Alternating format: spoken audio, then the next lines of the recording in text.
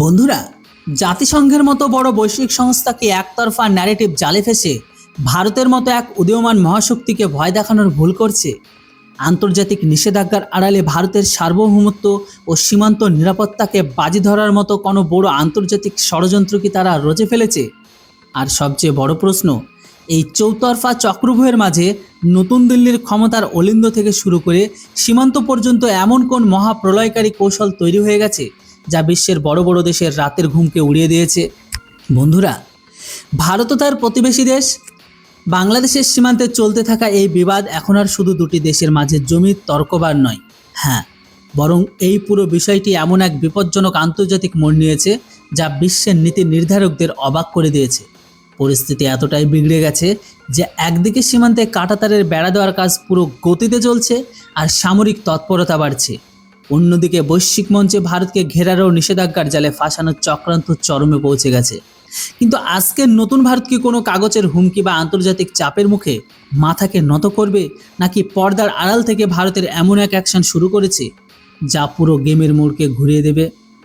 কেননা এই খেলা শুরু হয় তখন যখন জাতিসংঘের এক জরুরি বৈঠকে ভারতের সীমান্ত সুরক্ষা প্রজেক্ট নিয়ে অত্যন্ত তীক্ষ্ণ, আক্রমণাত্মক ও পক্ষপাতমূলক মনোভাবকে দেখানো হয়। এই মঞ্চ থেকে পরিষ্কার বলে দেওয়া হয়, ভারত যদি আন্তর্জাতিক সংস্থাগুলোর শর্ত না মানে এবং সীমান্তে ফেন্সিংয়ের কাজ অবিলম্বে বন্ধ না করে, তবে ভারতের ওপর কঠোর অর্থনৈতিক ও বাণিজ্যিক নিষেধাজ্ঞা চাপানো হবে।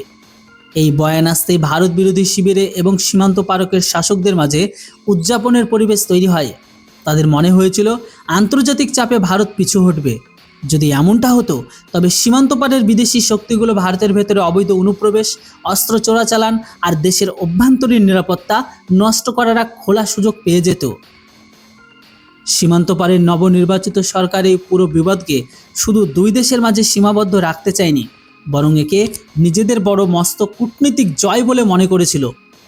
এই কারণেই তারা জানতো, বুঝে সীমান্তেই কাঁটাতার লাগাতে যাওয়া আমাদের বিএসএফ জওয়ানদের সাথে কোনো না কোনো অজুহাতে সংঘর্ষের পরিস্থিতি তৈরি করে, যাতে বর্ডারে কোনো অপ্রিয়কর ঘটনা না ঘটে, এবং তারা এই ইস্যুকে আন্তর্জাতিক মানবাধিকার মঞ্চে নিয়ে গিয়ে পুরো বিশ্বের সামনে ভারতকে এমন এক খলনায়ক হিসেবে পেশ করতে পারে। কিন্তু এখন যে কোনো দেশবাসীর মনে প্রশ্ন ওঠা স্বাভাবিক যে আমরা কি এখন এতটাই আন্তর্জাতিক মোর্চায় এতটাই দুর্বল হয়ে গেছি যে কেউ এসে আমাদের সার্বভৌমত্ব সিদ্ধান্তকে চ্যালেঞ্জ করবে? তো এর জবাব হলো একেবারেই না। ভারতীয় সেনা আর বিএসএফকে পুরো সীমান্তে হাই অ্যালার্টে থাকার নির্দেশ দেওয়া হয়েছে। প্রয়োজনে পরিস্থিতি বাইরে গেলে গুলি। দেশের শীর্ষ কৌশলবিদ আর জাতীয় নিরাপত্তা উপদেষ্টা স্বয়ং মাঠের পরিস্থিতি খতিয়ে দেখতে কৌশলগত মোর্চায় নেমে পড়েছেন। সীমান্ত নিরাপত্তাকে অভেদ্য করতে এক অত্যন্ত গোপন ও মজবুত প্ল্যান তৈরি করা হচ্ছে। কূটনৈতিক সূত্র থেকে মেলা অত্যন্ত গোপনীয় তথ্য অনুযায়ী এই বৈশ্বিক চক্রব্যূহকে গুড়িয়ে দিতে ভারত খুব শীঘ্রই বিশ্বের মহাশক্তিদের সাথে আলোচনার এক বড় চাল চালতে চলেছে। ভারতের এই কৌশল এই কারণেই, যাতে ভবিষ্যতে জাতিসংঘ সীমান্ত বিবাদ নিয়ে কোনো ভোটিং বা নিষেধাজ্ঞা দেওয়ার চক্রান্ত হলে বিশ্বের শক্তিশালী বন্ধু দেশগুলো নিজেদের ভেটো পাওয়ার ব্যবহার করে ভারতের পক্ষে দাঁড়াতে পারে। রাশিয়া সবসময় ভারতের এমন এক চিরসবুজ মিত্র যে অতীতেও বহুবার ভারতের বিরুদ্ধে রচে যাওয়া বৈশ্বিক চক্রান্তকে নিজের বিশেষ ভিটো পাওয়ার দিয়ে এক ঝটকায় শেষ করে দিয়েছে। এবার আসে অর্থনৈতিক মোর্চায়। বিশ্বের বড় অর্থনৈতিক মঞ্চে এখন এই আলোচনা শুরু হয়ে গেছে যে পশ্চিমা দেশগুলো কি সত্যি ভারতের ওপর এমন কোনো বড় অর্থনৈতিক নিষেধাজ্ঞা লাগাতে পারে যা আমাদের জিডিপি বা বিকাশ দরকে থামিয়ে দেবে। আন্তর্জাতিক আইন ও বিশ্ব বাণিজ্যের বিশেষজ্ঞদের মতে আজকের দিনে ভারতের মতো মহাশক্তির উপর যে কোনো ধরনের নিষেধাজ্ঞা লাগানোর কথা ভাবা ওই দেশগুলোর জন্য নিজেদের পায়ে কুড়োল মারার সমান হবে। বাস্তবতা হলো আজকের গ্লোবাল ইকোনমিতে ভারত কোনো সাধারণ দেশ নয়। হিন্দুস্তান শুধু এক বিশাল উপভোক্তা বাজার নয়, বরং বিশ্বের পঞ্চম বৃহত্তম অর্থনীতি হওয়ার পাশাপাশি গ্লোবাল সাপ্লাই চেনের এমন এক মজবুত অংশ যাকে ছাড়া বিশ্বের গতি থমকে যাবে। ওষুধ শিল্প হোক, তথ্য শিল্প হোক, এমনকি ম্যানুফ্যাকচারিংয়ের মতো বড় বড় ক্ষেত্রে বিশ্বের অধিকাংশ উন্নত দেশ ভারতের উপর গভীরভাবে নির্ভরশীল। তাই এমতো অবস্থায় কোনো আন্তর্জাতিক সংস্থা বা কিছু নির্দিষ্ট দেশ মিলে ভারতের সাথে বাণিজ্যিক সম্পর্ক ভাঙার বা নিষেধাজ্ঞার তবে তার সরাসরি ও ভয়ানক প্রভাব তাদের নিজেদের ঘরোয়া অর্থনীতি আর মূল্যস্ফীতি এমনকি শেয়ার বাজারে পরিষ্কার দেখতে পাওয়া যাবে। মন্দার মার খাওয়া পশ্চিমা দেশগুলো এই সময় ভারতের সাথে শত্রুতা করার ঝুঁকি কখনোই তো নেবে না, কারণ এমনটা করা মানে নিজেদের অর্থনৈতিক মেরুদণ্ডকে বাজি রাখার সমান। আর এই অর্থনৈতিক ও কূটনৈতিক চালের মাঝে এখন এমন এক চাঞ্চল্যকর খবর সামনে আসছে যা ভারতের জাতীয় নিরাপত্তা আলিন্দকে পুরোপুরি হাই অ্যালার্টে ফেলে দিয়েছে। সূত্রের খবর অনুসারে এখন যখন আন্তর্জাতিক মঞ্চে ভারতকে ঘেরার চেষ্টা করা হচ্ছিল, ঠিক তখনই কিছু বিদেশি গোয়েন্দা সংস্থা ভারতের বিরুদ্ধে এক অত্যন্ত বিপজ্জনক সাইবার আর প্রোপাগান্ডা ওয়ারফেয়ারের রূপরেখা তৈরি করেছিল। কিছু বিদেশি পিআর এজেন্সি মিলে সোশ্যাল মিডিয়ায় ভারতের ভাবমূর্তি নষ্ট করার এবং আমাদের নিরাপত্তা সংস্থাগুলোর বিরুদ্ধে এক আন্তর্জাতিক ন্যারেটিভ তৈরি ষড়যন্ত্র রচ্ছিল, যাতে ভারতের ওপর চাপ আরও বাড়ানো যায়। কিন্তু দিল্লির কৌশলবিদরা এই চাল আগেই ধরে ফেলেছিলেন এবং আমাদের সাইবার সিকিউরিটি উইং এক অভেদ্য ডিজিটাল রক্ষা কবচ তৈরি করেছে, যা এই বিদেশি প্রোপাগান্ডার ধাজ্জি ওড়াতে পুরোপুরি প্রস্তুত।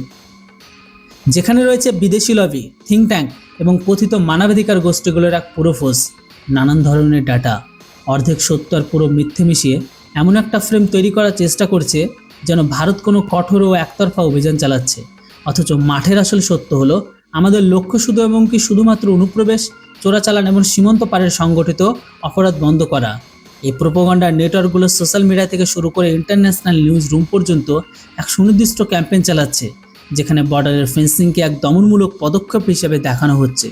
কিন্তু ভারত এখন এই পুরো খেলার খুঁটিনাটি বিশ্বের সামনে ফাঁস করার মেজাজে রয়েছে। আমাদের জাতীয় নিরাপত্তা কাঠামোর একটি ডেডিকেটেড টিম এর পেছনে কাজ করছে এবং কোনো বিদেশি পোর্টাল ভারতের বিরুদ্ধে নেতিবাচক খবর ছড়াচ্ছে, তাদের ফান্ডিং কোথা থেকে আসছে তার পুরো খতিয়ান তৈরি করছে। জাতিসংঘের ভেতরে কিছু প্রভাবশালী দেশ ভারতের এই ফেন্সিং প্রজেক্টকে নিয়ে বড় আপত্তি জানিয়েছিল এবং বলেছিল ভারত যেন এটি তৎক্ষণাৎ বন্ধ করে, অন্যথায় এর গুরুতর পরিণাম ভুগতে হবে। এরপর ভারত নিজের পক্ষ বিস্তারিতভাবে তুলে ধরে পরিষ্কার জানিয়ে দেয় যে নিজের সীমান্তে সুরক্ষা করা প্রতিটি সার্বভৌমত্ব রাষ্ট্রের মৌলিক অধিকার। কিন্তু যখন দেখা গেল কিছু দেশ ভারতকে যুক্তিতে অবহেলা করে একতরফা সিদ্ধান্ত চাপানোর চেষ্টা করছে, তখন ভারতের কূটনৈতিক মঞ্চে দাঁড়িয়ে এই আচরণ তীব্র সমালোচনা করেন। তারা পরিষ্কার ভাষায় জানিয়ে দেন যে কোনো আন্তর্জাতিক সংস্থার এমন পক্ষপাতমূলক আচরণ ভারত মোটেও কিন্তু বরদাস্ত করবে না এবং ভারত এমন কোনো একতরফা সিদ্ধান্ত মানতে বাধ্য নয়। হ্যাঁ, ভারত বিরোধী শক্তির প্রভাবে সে কেউ যদি নিষেধাজ্ঞার হুমকি দেয়, ভারত তা পুরোপুরি খারিজ করে। আর এই পুরো ঘটনার পেছনে যে বড় মহাশক্তির হাত থাকার কথা বলা হচ্ছে, তাও এখন ধীরে ধীরে সামনে আসছে। কৌশলগত বিশ্লেষকদের মতো এই পুরো খেলার পেছনে কিছু পশ্চিমা শক্তির মাথা রয়েছে, যা মার্কিন প্রশাসন ও সেখানকার নেতৃত্বের কিছু অংশ দ্বারা প্রভাবিত। আমেরিকার পক্ষ থেকে ভারতের উপর বাণিজ্য শুল্ক বাড়ানোর কথা বলা হচ্ছে, যাতে অর্থনৈতিক মোর্চায় ভারতকে ঘেরাও করা যায়। কিন্তু বিশেষজ্ঞদের মতে এর জবাব পুরোপুরি নেতিবাচক। ভারতের অর্থনীতি আজ এতটা আত্মনির্ভরশীল ও মজবুত যে এই ধরনের ছোটোখাটো নিষেধাজ্ঞা বা ট্যারিফ ওয়ারের প্রভাব ভারতের ওপর বড়জোর 0.1% থেকে 0.2% পড়তে পারে। ভারতকে একঘরে করার চেষ্টা করা দেশগুলো আসলে নিজেদের বাণিজ্যিক স্বার্থেরই ক্ষতি হবে এতে। ভারতে কূটনৈতিক জাতিসংঘে মঞ্চে দাঁড়িয়ে পরিষ্কার করে দিয়েছে, এই সংস্থা যদি নিজের একতরফা ও পক্ষপাতমূলক আচরণ পুনর্নির্বাচনা না করে, তবে ভারত শীঘ্রই এই পুরো মঞ্চ থেকে ওয়াকআউটের মতো বড় পদক্ষেপ নিতে পিছু হটবে না।